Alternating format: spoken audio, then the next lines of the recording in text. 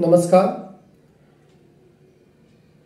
परखड बोल वाजवा ढोल लोकसंघर्षमध्ये आपलं हार्दिक स्वागत. मी दादासाहेब नीळ. आपला विषय आहे मस्साजोग येथील सरपंच संतोष देशमुख यांचा झालेला खून हत्याकांड. सरपंच संतोष देशमुख यांचा खून होऊन आज 15 दिवस होऊन गेले, तरी सुद्धा या प्रकरणाच्या मुळाशी हे सरकार जात नाही. यामागे निश्चितच काहीतरी काळबेरा आहे, संशयाला जागा आहे. प्रत्येक प्रकरण हे राजकीय हेतूने दाबण्याचा प्रयत्न आजवर झाला आहे, परंतु या प्रकरणाला अतिशय मोठ्या प्रमाणात मराठा समाजाने किंवा सर्व लोकांनी या समाजाला न्याय देण्यासाठी, या कुटुंबाला न्याय देण्यासाठी हे प्रकरण तापलंय. परंतु सरकार मात्र आजही थंड आहे. याचं कारण काय? या प्रकरणाचा मुख्य सूत्रधार कोण, मास्टरमाइंड कोण, हे अजूनही यांच्या हाताला लागत नाही. यावरून लक्षात येतंय हे सरकार फक्त आणि फक्त नुसतं नादी लावण्याचा काम करत आहे की काय, असा प्रश्न निर्माण झाला आहे. मित्रांनो, एवढी मोठी हत्या होऊन हालहाल करून ज्या सरपंच संतोष देशमुख यांना मारणारे मारेकरी साळसूदपणे अशा प्रकारे जर फिरत असतील आणि अशा प्रकारे या मास्टरमाइंड आम्ही शोधू, बीडमध्ये कुणाची दादागिरी चालू देणार नाही, असं आमचे सन्माननीय मुख्यमंत्री देवेंद्रजी फडणवीस असं सांगत असले तरी गेल्या 15 दिवसापासून हे सरकार, हे मुख्यमंत्री करतात तरी काय, असा हा माझा एक ठाम प्रश्न आहे.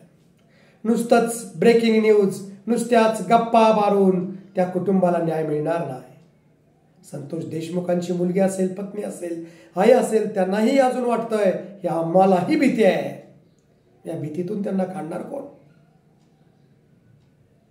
अरे, अशा प्रकारच्या घटना जर घडत राहिल्या तर या राज्यातला कायदा सुव्यवस्था हा गुंडांच्या हातात दिला की काय, असं म्हणावं लागेल. आणि हे गुंड, हे मास्टरमाइंड, हे असे गुंड जर राजकीय नेत्यांच्या पडद्याआड राहून अशा प्रकारचे कृत्य करू लागले तर महाराष्ट्राचा बिहार व्हायला वेळ लागणार नाही, तर तो बिहार झालेला असेल असंही म्हणावं लागेल. निश्चितपणे मास्टरमाइंड कोण? वाल्मिक कराड यांचं नाव घेतलं जात आहे.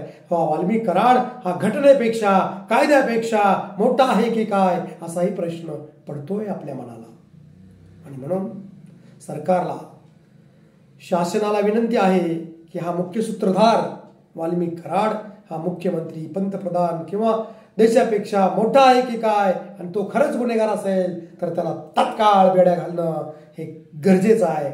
आणि याच्या पाठीमागे असणारी इतर जी पिलावळ आहे ती सुद्धा ताबडतोब ताब्यात घेऊन संतोष देशमुख प्रकरण थांबवलं पाहिजे आणि त्या कुटुंबाला न्याय दिला पाहिजे. जशा प्रकारे संतोष देशमुख यांची हत्या झाली, अगदी तशाच प्रकारे या गुन्हेगारांना, या मारेकऱ्यांना ठेचून मारलं पाहिजे.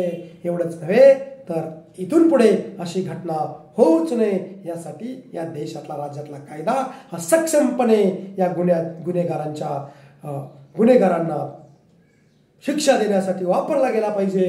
एवढंच या निमित्तानं मला सांगा वाटतंय. कारण का,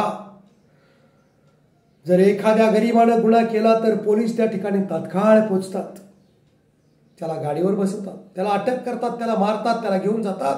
मग गेल्या 15 दिवसापासून या देशातलं, या राज्यातलं, बीड जिल्ह्यातल्या पोलीस अधिकारी नेमकं काय करतायत? झोपा काढतात काय? अरे, तुमची झोप जाणार कधी? एखाद्या कुटुंबातला घरकर्ता आणि त्या घरकर्त्याचा काहीही कारण नसताना अमानुषपणे, निर्दयीपणे खून होत असेल दिवसा डोळा, आणि तरीही पोलीस प्रशासन हे बघ्याची भूमिका घेत असेल, झोपेचं सोंग घेत असेल, तर त्यांना जागं करावं लागेल. आणि जागं केल्याशिवाय, जागृती दिल्याशिवाय हा समाज आता शांत बसणार नाही. कारण ही म्हातारी मेल्याचं दुःख नाही, परंतु काळ सुकावता कामा नये हे लक्षात ठेवलं पाहिजे. इथली यंत्रणा, इथली पोलीस यंत्रणा आजपर्यंत पूर्णपणे निकामी काम करते आहे, निष्क्रिय राहिलेली आहे. आणि त्यामुळेच या गुन्हेगारांचं बळ वाढताना दिसत आहे. हेच गुन्हेगार उद्या मोठमोठे गुन्हे करतील.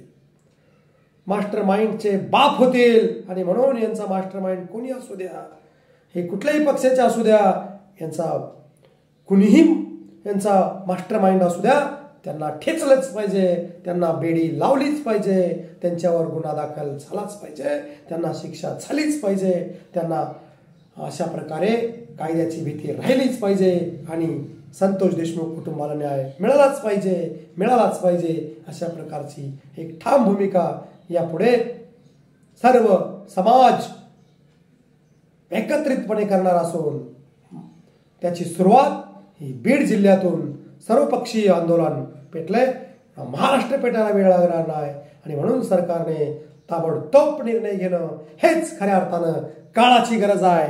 जय हिंद.